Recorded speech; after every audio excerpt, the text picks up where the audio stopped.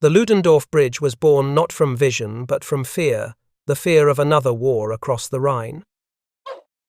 In the waning years of the First World War, as German armies bled themselves white in Flanders and on the Marne, the Prussian General Staff looked eastward toward the river that had been both lifeline and fortress for centuries. What if France invaded again? What if the old bridges at Cologne or Bonn were destroyed? A permanent crossing near Remagen, they decided, would give the Reich a steel artery linking the industrial Ruhr to the Western Front. The order came in the summer of 1916, when the Kaiser's empire still dreamed of victory through engineering. The Königliche Eisenbahndirektion Köln, the Royal Railway Directorate of Cologne, received instructions to build a double-track railway bridge strong enough to carry the heaviest locomotives in Europe. It was to connect the towns of Remagen on the west bank and Erpel on the east, where a sheer limestone cliff called the Erpeler Lay rose more than 400 feet above the Rhine. The design fell to engineer Karl Wiener, whose plans combined the brute efficiency of modern steelwork with the defensive paranoia of the previous century. Unlike the graceful arches of civilian bridges, the Ludendorff was a machine built for war. Two immense stone towers guarded each bank like gatehouses from a vanished empire. Between them stretched a lattice of riveted steel trusses, over 1,000 feet long, resting on massive piers sunk 40 feet into the riverbed. Beneath the east tower, twin railway tunnels bored directly into the cliff, each lined with concrete and equipped with iron blast doors so that troops could march straight from the bridge into the safety of rock. When the first sections rose above the Rhine in 1917, the front lines were already collapsing, but the engineers worked on.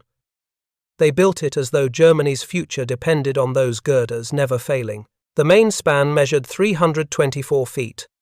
The two approach spans each 277. Every joint was riveted with redundant plates. The entire structure could support military trains weighing up to 800 tons, far beyond peacetime necessity. To a civilian eye, it seemed grotesquely overbuilt. To the General Staff, it was perfect. By the time the bridge opened officially in March of 1918, the empire it was meant to defend was dissolving. American troops were fighting on the Western Front, revolution simmered in the streets, and Ludendorff himself, the general whose name the bridge bore, would soon flee into exile. The bridge saw only a few troop trains before the armistice ended the war 8 months later. After the Treaty of Versailles, the Rhineland came under Allied occupation, and the Ludendorff Bridge passed to the control of French engineers, who studied it with professional admiration. They noted the thickness of its piers, each 36 feet across, and the way the central truss could flex under load without buckling. Over-dimensioned to the point of absurdity, one French officer wrote, yet indestructible. When the Allies finally withdrew in 1929, the bridge reverted to German state railways. For the next decade, it slumbered. Freight trains rumbled across it between Cologne and Koblenz. Fishermen tied their skiffs to its stone abutments. The towns of Remagen and Erpel grew used to its dark shadow stretching across the current. Children played in the tunnels, unaware that those echoing passages had been designed for machine guns and demolition chambers. When Adolf Hitler came to power in 1933, the bridge acquired new importance. The rearming Reichswehr inspected every crossing of the Rhine, cataloguing which could carry tanks, which required reinforcement, and which could be wired for demolition. The Ludendorff, they concluded, needed nothing. Its steel, members were already heavy enough to bear the new Panzerzuger armoured trains, and its towers could be converted into flak positions.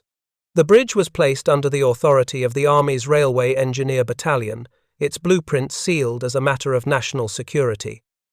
By 1939, the bridge stood ready again for war.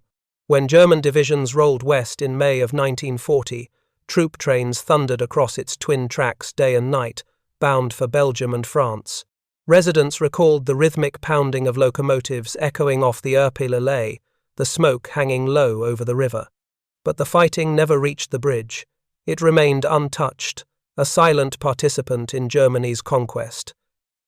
Its true test would come only when the tide reversed. Beginning in 1944, as Allied bombers struck deeper into the Reich, every bridge on the Rhine became a potential target. Yet even before the bombing campaign intensified, German engineers had noticed something remarkable about the Ludendorff's endurance. During winter floods, when other crossings were closed, it remained serviceable. Ice floes battered its piers without loosening a single rivet. One engineer joked that it could probably survive a direct hit from a cruiser's gun. The secret lay in its construction philosophy, a product of the First World War's trench mentality. German military designers of 1916 had not trusted elegance, they trusted redundancy. The Ludendorff's trusses were built from thick plate girders arranged in overlapping triangles, each capable of carrying partial load if another failed. Its piers were faced with basalt blocks quarried from the local hills, mortared so deeply that post-war demolition teams found them harder to drill than concrete. Even the deck had been designed for rapid repair. Prefabricated sections of railbed could be replaced overnight. When the 8th Air Force finally targeted the Rhine bridges in late 1944, the Ludendorff's reputation for toughness would prove prophetic. Between October and December, waves of American bombers roared down the valley, dropping thousands of pounds of high explosive. Bridges at Bonn, Koblenz, and Cologne collapsed in flames, but the Ludendorff survived. Its eastern tower lost a section of parapet, the approaches were cratered, yet trains continued to cross within 24 hours of each raid. After one particularly heavy bombardment, a Luftwaffe engineer reportedly sent a message to Berlin. The bridge at Remagen still stands, it appears to be immune. The truth was more mundane but no less remarkable. The combination of overengineering, dense structural steel, and solid rock foundations made the Ludendorff nearly impossible to destroy with anything short of a direct hit on a main pier. Even near misses, which sent shockwaves through the river and ripped apart lesser bridges, dissipated harmlessly through the massive masonry bases. The bridge flexed and groaned but held. Between the wars, no one had foreseen that such wasteful design would one day determine the fate of armies. What had been derided as an obsolete monument to the Kaiser's paranoia became, in 1945, the most valuable crossing in Europe. Its survival through decades of neglect and months of air raids was not luck. It was the logical outcome of a philosophy that believed steel and stone could compensate for the uncertainties of men. As the winter of 1944 gave way to the spring of 1945, German engineers still patrolled the bridge daily, repairing bomb splinters, tightening bolts, painting camouflage stripes across the trusses. The bridge, built for the last war, was about to fight its own, a duel of endurance against bombs, rockets, and history itself. And in the end, the bridge would not fall to the enemy. It would fall to gravity, fatigue, and time, but only after it had carried an army across and sealed the fate of the Reich. By the autumn of 1944, the Rhine was no longer Germany's secure river but the last moat before ruin. To the Allied air commands in England, every bridge that spanned it was both a symbol and a target, the arteries through which the Reich still pumped men and supplies to its dying Western armies. Destroy those bridges, the planners reasoned, and Hitler's last reserves would be trapped on the West Bank. The Ludendorff Bridge at Remagen stood high on that list. Intelligence photographs from the summer showed trains moving across almost daily, even after raids had reduced nearby crossings at Bonn and Cologne to twisted wreckage. The massive stone towers and redundant steel lattice made it appear indestructible, but the Allied command intended to test that assumption. On the morning of October 9, 1944, the 8th Air Force sent 200 heavy bombers, B-24s from the 93rd Bomb Group, B-17s from the 301st to hit the Remagen sector. Each aircraft carried 500-pound general-purpose bombs, set to detonate on contact. The weather over the Rhine Valley was clear, sunlight flashing off the river as the bombers droned eastward in perfect V formations. At 10:30 local time, the first wave arrived over the target. Crews peering through their Norden bomb sights could see the Ludendorff's shadow stretching across the water like a black comb.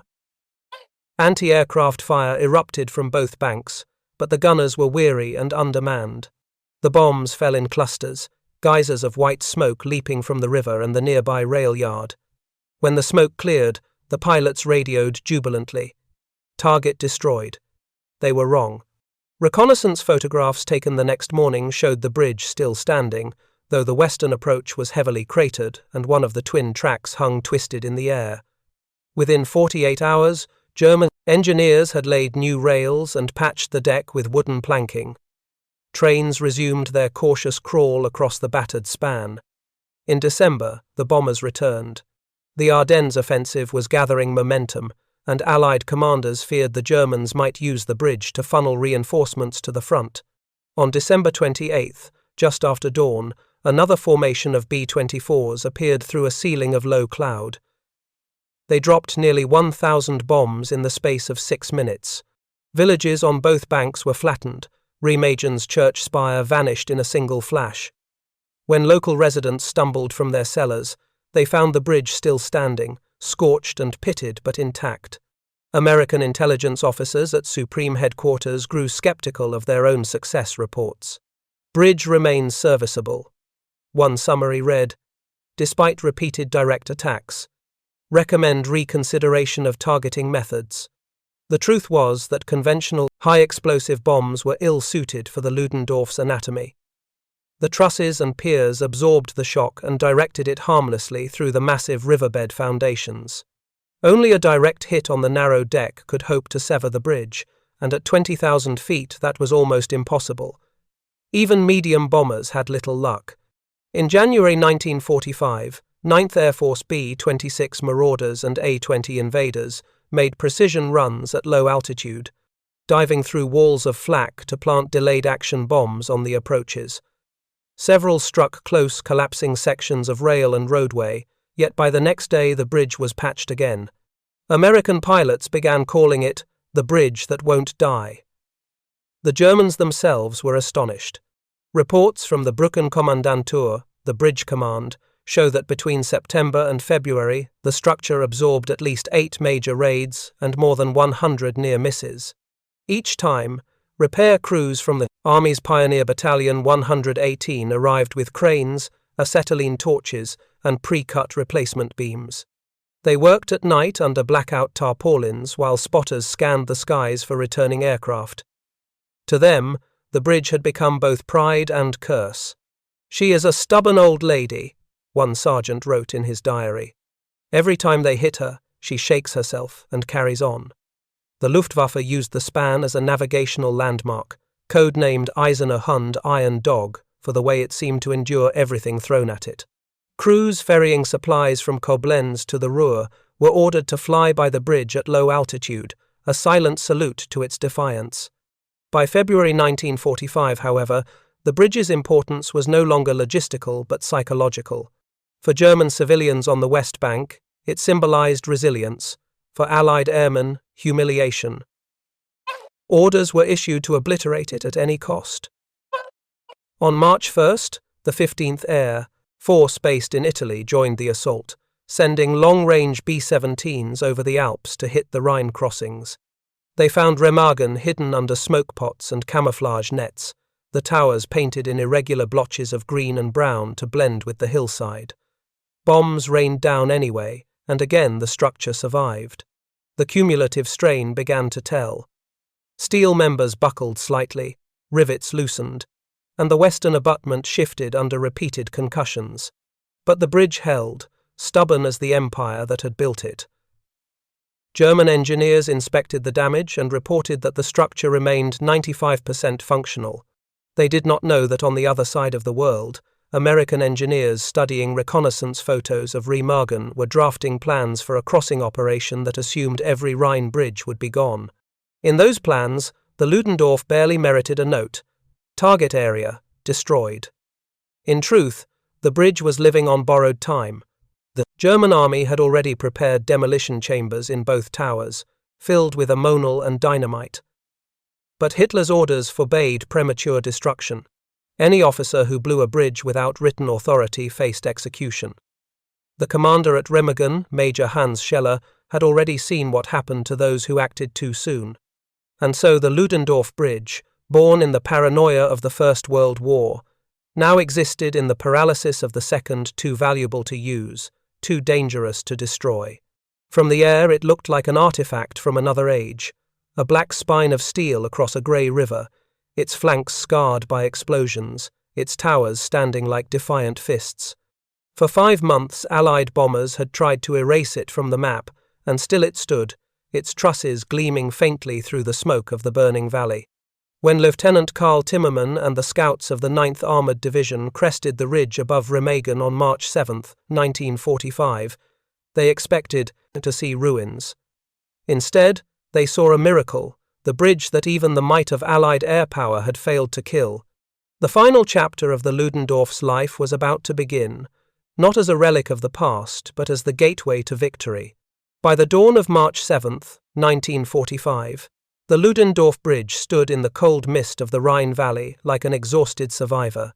It had endured months of air raids, artillery concussions, and constant tremors from passing trains. Its trusses were pitted with shrapnel scars, its paint burned away by bomb blasts, and yet its arches still spanned the river. Beneath that defiance, however, ran a web of wires, the final lifeline of a dying regime.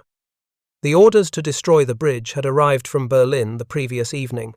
They were written in Hitler's own unmistakable language. The bridge at Remagen must be held as long as possible, then destroyed at the last moment to deny it to the enemy. Failure to do so will be considered treason. Those words travelled through a chain of command already broken by fear and confusion. Between the Führer's desk in the Reich Chancellery and the officers at Remagen lay hundreds of miles of shattered communication lines, bombed telephone exchanges, and commanders who dared not interpret an order's ambiguity. Major Hans Scheller, the bridge commander, had assumed control only a week earlier. He was 35, a railway engineer pressed into uniform during the desperate final months of the war. His orders from the Army Group B headquarters under Field Marshal Walter Model were contradictory. One directive demanded that the bridge remain open for retreating units. Another instructed that it be prepared for demolition immediately. To act too soon was to risk execution by the Gestapo. To act too late was to risk annihilation by the enemy. Scheller's diary entry for March 6 captured the impossible choice. The bridge must stand and fall at the same time. The demolition materials had arrived in late February, about 600 kilograms of explosives, mostly donerit and ammonal, far less than the engineers' calculations required. In earlier years, the army would have needed at least 3,000 kilograms to guarantee destruction of a bridge of that size. Fuel shortages and transport chaos meant there was simply no more to give. Scheller's men placed what charges they had into pre-existing demolition chambers within the east and west towers, linking them through electrical cables to a firing point inside the tunnel beneath the Erpel Allee. On the morning of March 7th, the sound of distant artillery rolled from the west. American forces had broken through the Eiffel defences and were advancing faster than anyone believed possible. Columns of refugees, carts, and retreating soldiers clogged the roads around Remagen. From the towers, observers could see the dust of approaching armour on the far hills. The enemy was less than 5 kilometres away. At 10:00 hours, Scheller telephoned his superior, Captain Willy Bratger, commander of the Bridge Guard Battalion. The line was static-filled, barely audible. "Permission to detonate if necessary?" Scheller asked. Bratger hesitated. He had no written authority from higher command, only verbal instructions to hold the bridge until the last man. His answer was uncertain. "You may prepare, but not yet. We must delay them as long as possible." Meanwhile, across the river, Lieutenant Karl Timmerman's spearhead of the 9th Armoured Division was moving down from the ridge toward the town. The Americans advanced cautiously through orchards and vineyards, expecting to find the bridge already in ruins. Instead, they saw German engineers running along the deck, stringing wires and placing charges. Machine gun fire crackled from the towers. By mid-afternoon, the thunder of American artillery shook the valley. Scheller's sappers completed their wiring under fire, sweat freezing on their faces in the March wind. The final detonator box was connected at 1500 hours. The bridge commander stood in the west tower, staring down at the grey river rushing below. The surface was littered with wreckage barrels, planks, corpses. Through the haze, he could see the American tanks entering Remagen's outskirts. Inside the tunnel under the Erpel Allee, a young engineer named Sergeant Anton Lamb waited beside the firing switch. The box was a simple field detonator, one handle to arm, another to fire. He received Scheller's signal by runner at 1550. He turned the handle, shouted a prayer, and pulled. A roar shook the valley. A column of smoke and debris shot upward. Stones and steel rained into the river. For a moment, it seemed the entire structure had vanished. Then, as the smoke drifted away, the truth appeared. The Ludendorff Bridge still stood. The explosion had blown a crater through the wooden planking of the deck and warped several beams, but the main trusses remained intact. The detonation cord to the central pier had failed. The wire was either cut by shellfire or improperly connected. Much of the explosive was damp, its fuses corroded from storage in flooded cellars. The bridge, overbuilt and overengineered, had simply absorbed the blast. German soldiers watching from the east bank were stunned into silence. One officer shouted, "It's still there! It's still there!" Scheller realized at once that disaster had struck. The Americans were already rushing toward the span, their tanks firing across the river. He ordered his men to reset the remaining charges manually, but it was too late. At 1600 hours, American infantry of Company A, 27th Armored Infantry Battalion sprinted onto the bridge under heavy fire. Sergeant Alexander Drabick, a wiry butcher's apprentice from Ohio, was the first across. Bullets whined and ricocheted from the steel girders. Artillery shells burst in the river below. German machine guns from the towers swept the deck, but the Americans kept running. Within 10 minutes, they were halfway across the first Allied soldiers to set foot on the east bank of the Rhine. On the Erpeler Lay, Major Scheller watched in disbelief. The bridge that had withstood bombs, artillery, and now its own demolition charges had turned traitor to its makers. He attempted to organize a counterattack, but communication was gone. Many of his men had already fled into the tunnels. When Brach finally arrived, he found the command post abandoned and the demolition cables severed by shell fragments. At 1700 hours, the first American tank clattered across the Ludendorff Bridge. The roar of its engine echoed like a prophecy. Behind it came jeeps, trucks, engineers, and columns of infantry. The impossible had happened. The Rhine, the legendary barrier of Germany, had been crossed in broad daylight over a bridge that refused to die. By nightfall, the stars of the 9th Armored Division shone from the east bank. In Berlin, when Hitler received the report, he flew into one of his last recorded rages. He screamed that officers responsible for Remagen must be executed, and within a week, several were. But the bridge itself had already made its decision. Built for the Kaiser's war, forged in steel thick enough to outlive empires, the Ludendorff Bridge had betrayed its creators by obeying only the laws of physics and endurance. Its time as a tool of Germany was finished. Now it belonged to history. When night fell on March 7, 1945, the Rhine glowed with firelight. The Ludendorff Bridge, scarred, smoking, full of bullet holes and twisted girders, was still standing. And through that miraculous opening poured the might of the United States Army. Engineers worked by flashlight under sniper fire, laying planks, repairing rails, and stringing telephone wire across the river. Above them, the bridge groaned like a living creature in pain, its steel trusses trembling from every explosion, but it held. By dawn, General John W. Leonard, commanding the 9th Armored Division, had 3 companies across. What began as a reconnaissance had turned into the greatest strategic windfall of the Western campaign. "Hold it at all costs," came the order from General Omar Bradley's 12th Army Group headquarters. In minutes, every available engineer in the sector was racing toward Remagen. The Germans were equally stunned. Reports of the crossing spread through the chain of command faster than confirmation could reach Berlin. Field Marshal Walter Model, commanding Army Group B, refused to believe it. "Impossible," he told his staff. The bridge at Remagen was destroyed.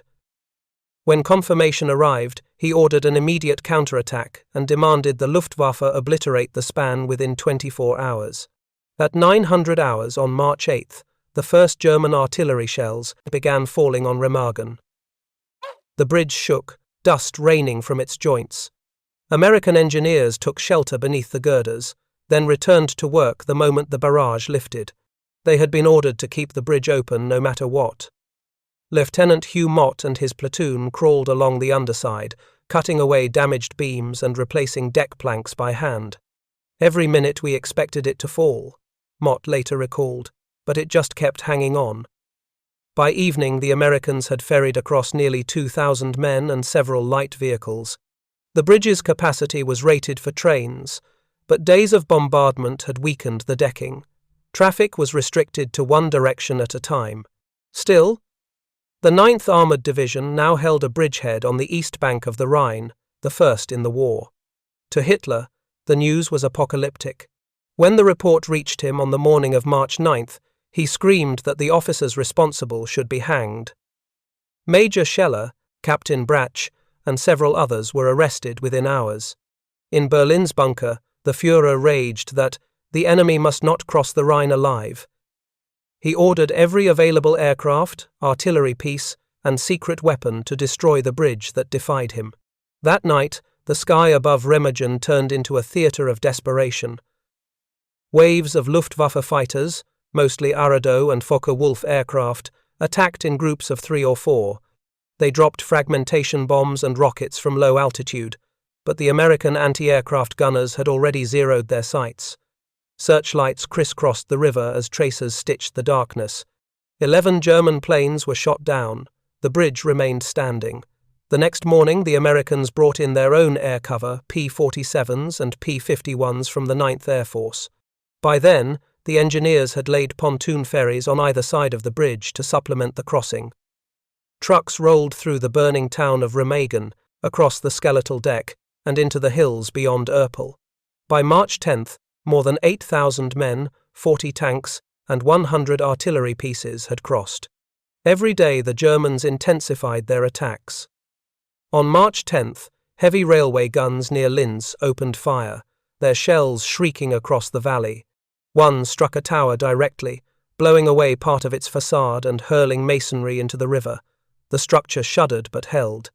American engineers worked without pause, patching holes with railroad ties and sandbags. Each night, they poured cold coffee from dented canteens and went back to work. At dusk on March 11th came a new terror: jet aircraft. The Me-262, the Luftwaffe's miracle weapon, made its debut over Remagen.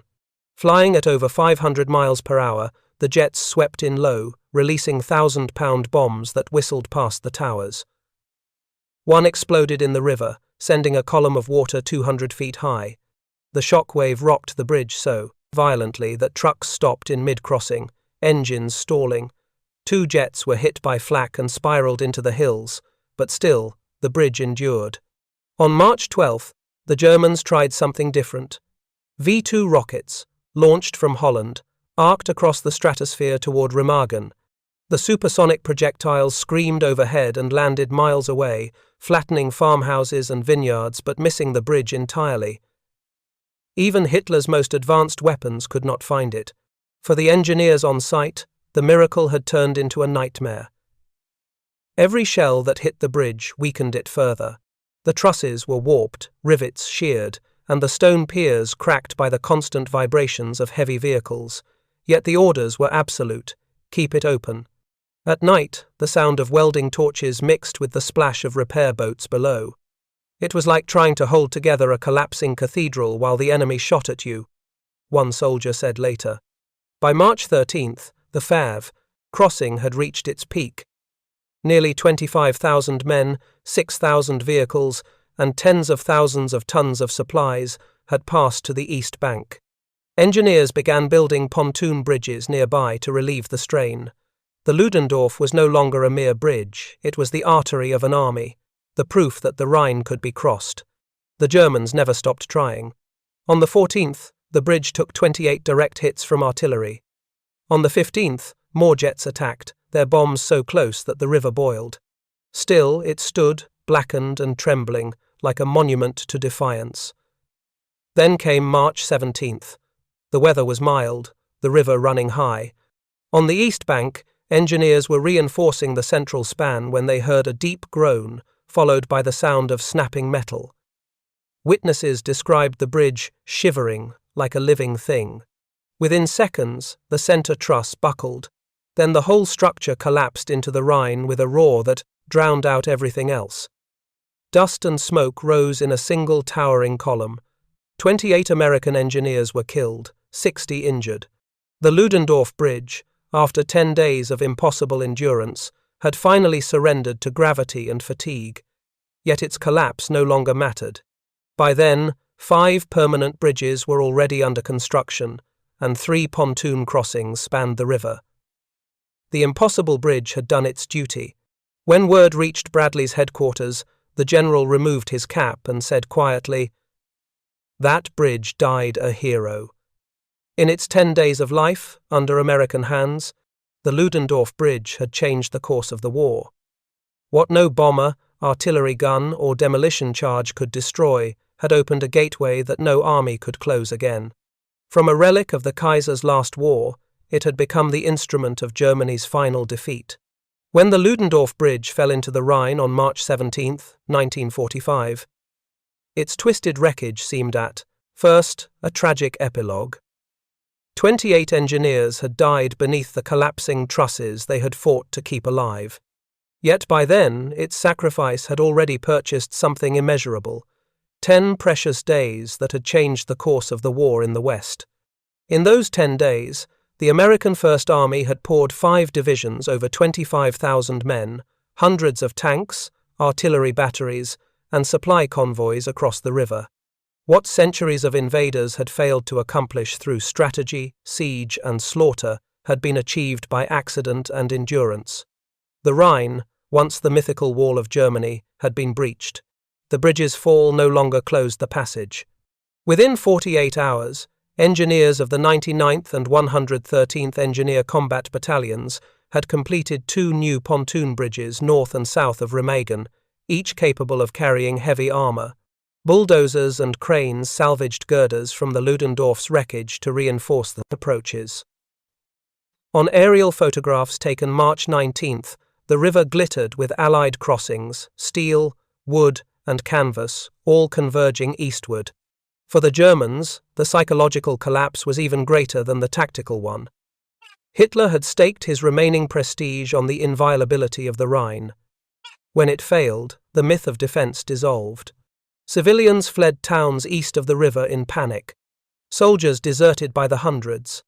One captured Wehrmacht lieutenant told his interrogators, "When the Americans crossed the Rhine, we knew the war was finished." It was like watching the roof cave in. At Allied headquarters, General Eisenhower recognized the bridge's symbolic value immediately. Photographers were dispatched, and by March 10th, newspapers across the world carried front-page headlines. Americans cross the Rhine at Remagen. The image of GIs marching over the bomb-scarred span electrified the Allied nations. To those weary of war, it meant that victory was no longer measured in years or months, but in days. The Germans threw everything they had left at the bridgehead: artillery batteries near Bonn, rocket launchers hidden in orchards, and jet fighters from the few surviving Luftwaffe squadrons, all concentrated on a 5-mile front. Between March 8th and March 17th, more than 600 tons of shells and bombs fell on the area. The result was chaos and ruin, but not retreat. The American engineers who worked beneath the bridge, nicknamed the Suicide Squad, earned a reputation for courage that rivaled any infantry regiment. They patched holes, welded beams, and dove into the freezing Rhine to cut away debris, often while under fire. Lieutenant Hugh Mott, Lieutenant John Reynolds, and Sergeant Eugene Dorland were among those awarded the Distinguished Service Cross for their actions. In later interviews, Mott summed up the spirit of those days. "It wasn't heroism. It was just knowing that every plank we nailed down brought the war closer to ending." For the German officers who had failed to destroy the bridge, there would be no such redemption. Major Scheller, Captain Brach, and several others were court-martialed and executed on Hitler's orders. Their deaths could not restore what had been lost. The Reich's western front had fractured, and Allied armies now poured into its heartland. By late March, American spearheads were advancing east toward the Lahn and Sieg rivers, The Remagen bridgehead expanded to more than 20 miles deep, linking with other crossings near Oppenheim and Wessel. By the end of the month, every major Allied army group had crossed the Rhine. Historians would later debate whether the bridge's brief survival shortened the war by weeks or months. What cannot be doubted is its psychological impact. The Rhine had been Germany's final argument, the river of Siegfried and the Nibelungs, the sacred frontier that had stopped Charlemagne's heirs and Napoleon's legions. To see it violated, not by genius or strategy, but by the stubborn survival of a single bridge built for another war, was an unbearable humiliation.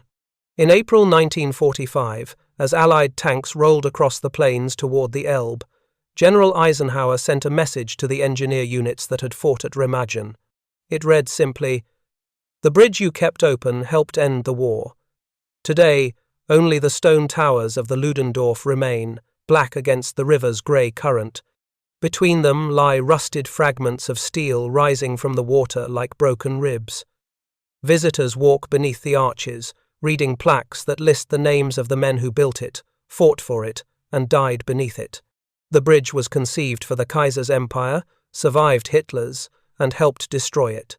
Its story is not merely one of architecture or engineering, but of endurance of iron, men, and chance conspiring to outlast war itself." For 10 days in March 1945, the Ludendorff Bridge defied bombs, shells, and history. And in doing so, it built something no demolition could ever destroy, a road across the river to peace. In the weeks after the bridge's collapse, the Rhine ran black with oil and silt.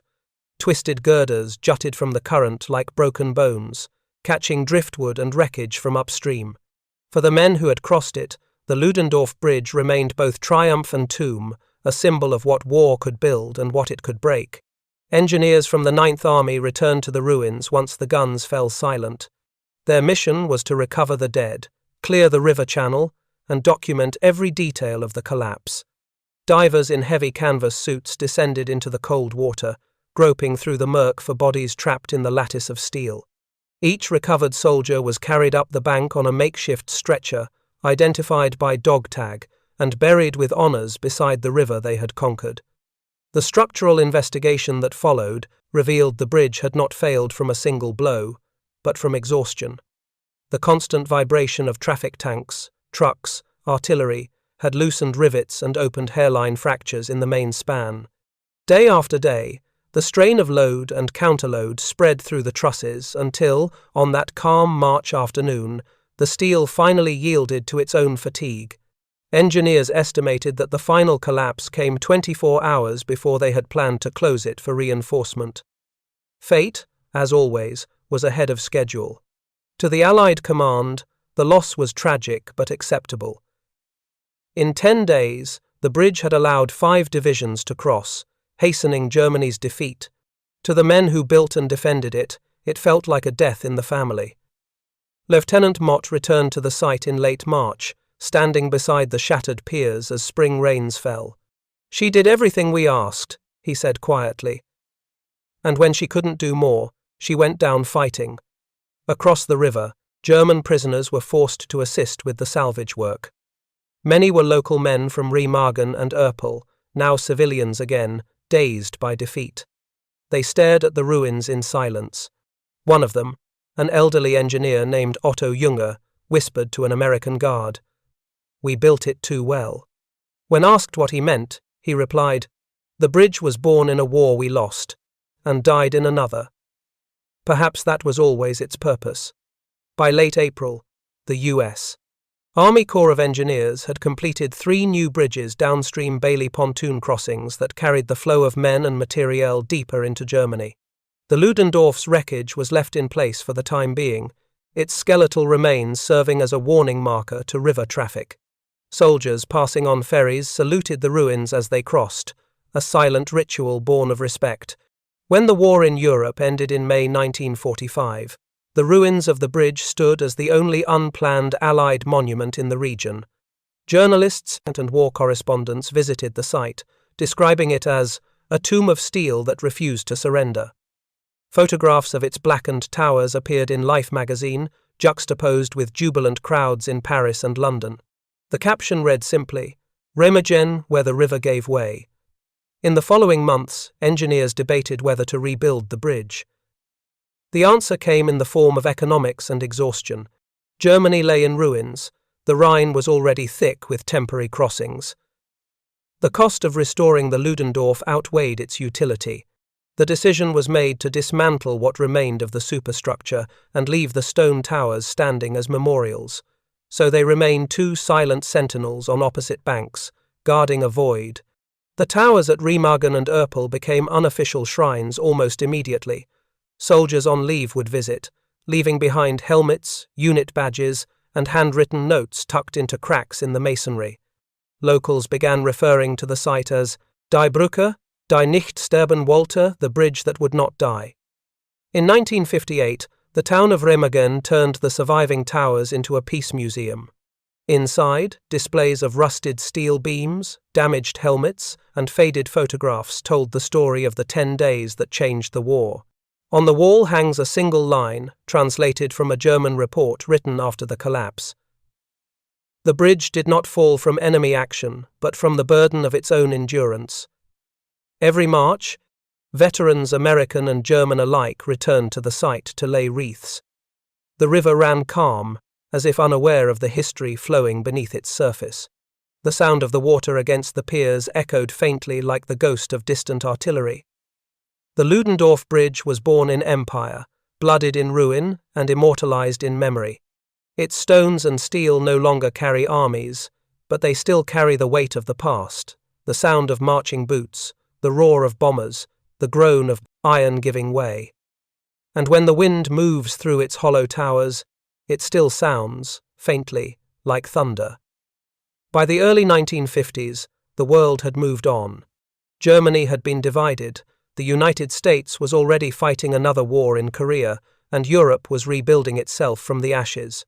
Yet along the Rhine, between the quiet towns of Remagen and Erpel, two blackened towers still faced one another across the river like the broken teeth of some ancient god. They were all that remained of the Ludendorff Bridge, stripped of steel, but heavy with memory. For the people of Remagen, the ruins were not just reminders of defeat, they were also reminders of survival. During the war's last months, the town had been flattened by air raids. Its church steeple had vanished, its railway yards burned. But the towers endured, the same way they had during the bombings, the crossing, and the final collapse. Children born after the war played in their shadows, climbing the cracked stairways and imagining themselves soldiers or engineers. To them, the ruins were a playground. To their parents, they were ghosts. In 1955, a group of American veterans from the 9th Armored Division returned to Germany for a commemorative visit.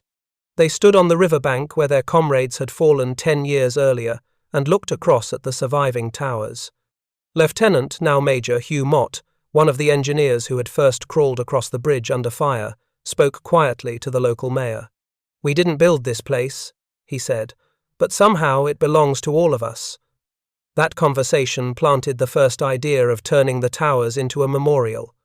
The work began slowly. The German government, still struggling with reconstruction, had no funds for such a project. The Americans offered help through veterans' organizations, and donations trickled in from both sides of the Atlantic. By 1958, scaffolding surrounded the towers. Masons replaced crumbling stones, carpenters restored staircases and doorways. Inside, empty rooms were filled with relics, helmets, photographs, a section of the bridge's steel truss recovered from the river. The restored structure opened that year as the Friedensmuseum Brücke von Remagen, the Bridge of Remagen Peace Museum. Its opening drew crowds from across Europe.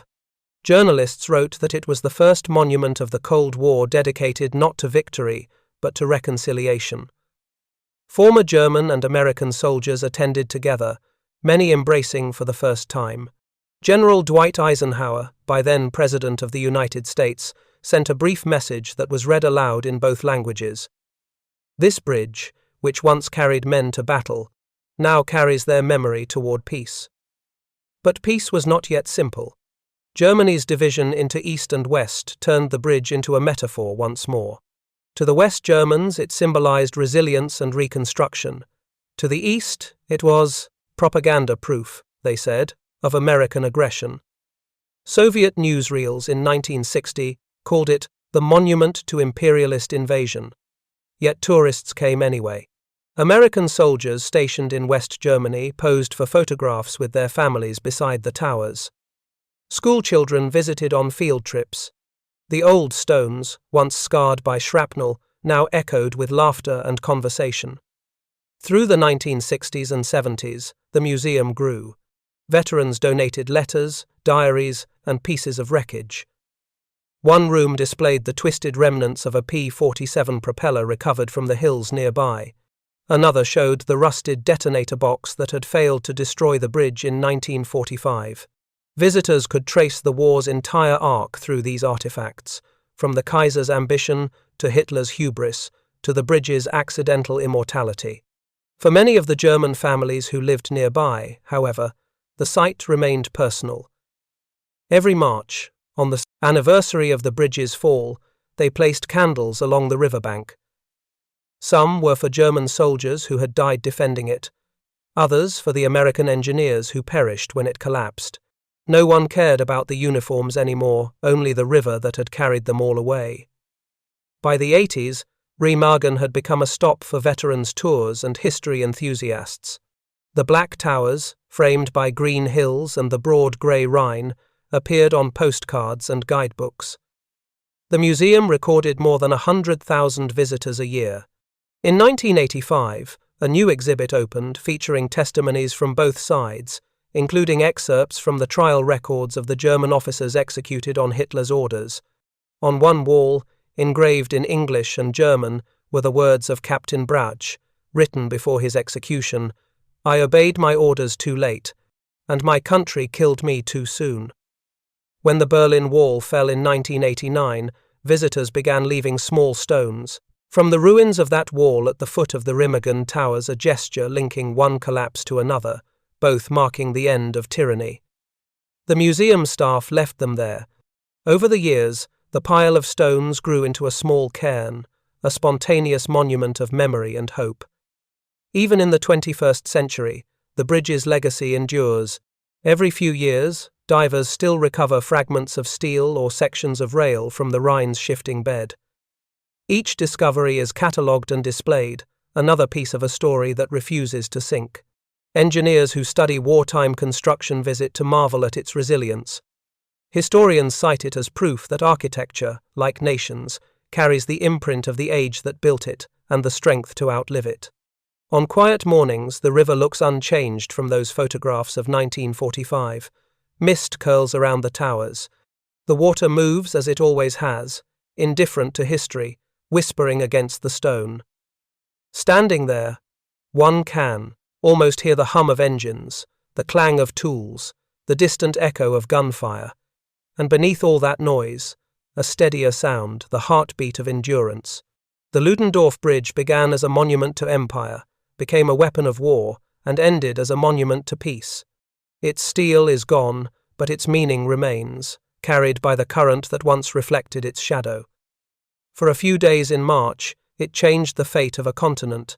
For generations afterward, it changed how that continent remembered.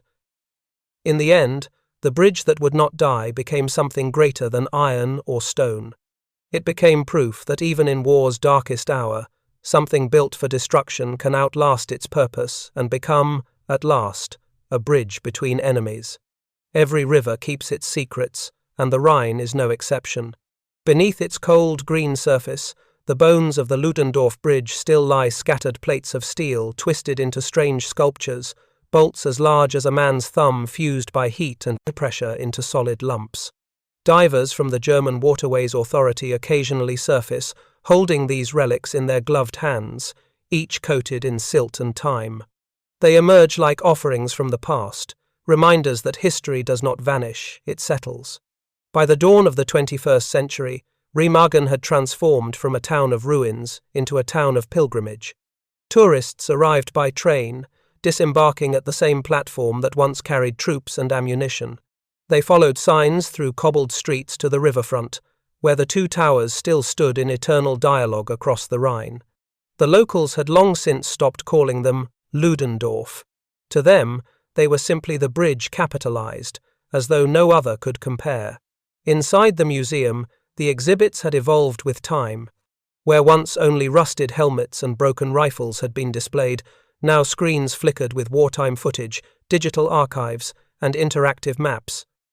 School children touched glowing displays showing the bridge in its various lives: construction, combat, collapse.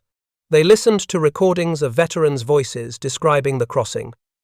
The metallic groan of stressed girders, the air quaking with artillery, the rhythmic slap of boots over planks slick with rain and fear. Curators made a deliberate choice. The story was not to glorify war, but to reveal its cost. A section of the museum was devoted to the 28 engineers who died keeping the bridge open. Their names, once obscure in military reports, were now engraved in brass on the wall. Across from them, a plaque listed the names of the German soldiers executed for failing to destroy it.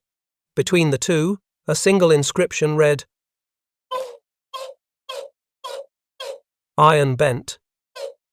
But the bridge held. Outside, the river moved ceaselessly, as it had before Caesar, before Charlemagne, before any of the armies that had ever tried to claim its banks. Barges laden with coal and grain hummed past, the modern airs of ancient commerce. From the opposite shore, church bells from Erpel tolled through the mist. Even in peace, the air seemed to carry echoes, the faint concussion of distant artillery. The ghostly hum of engines climbing over the water. In 1995, 50 years after the crossing, a joint ceremony was held. American veterans stood beside German officials, their uniforms replaced by suits and medals polished one last time. The U.S. Army band played the Star-Spangled Banner, followed by a German choir singing Das Lied der Deutschen. When the final note faded, the veterans and former enemies joined hands, forming a human bridge between the towers. It was the kind of symbolism history rarely affords twice. By then, almost none of the bridge's builders or defenders remained alive. The last surviving engineer, a frail man named Karl-Heinz Schreiber, who had worked on the bridge's construction as a young apprentice in 1916, attended in a wheelchair. Asked by a journalist what he felt seeing it again, he smiled faintly.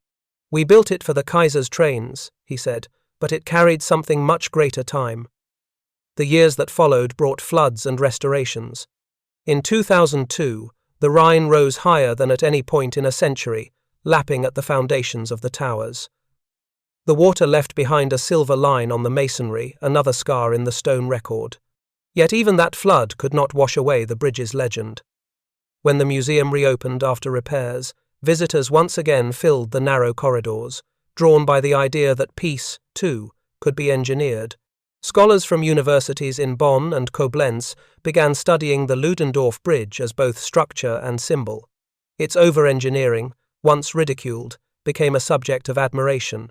Built for a war of trains and trenches, it had endured artillery, bombing, and the wear of modern mechanized war.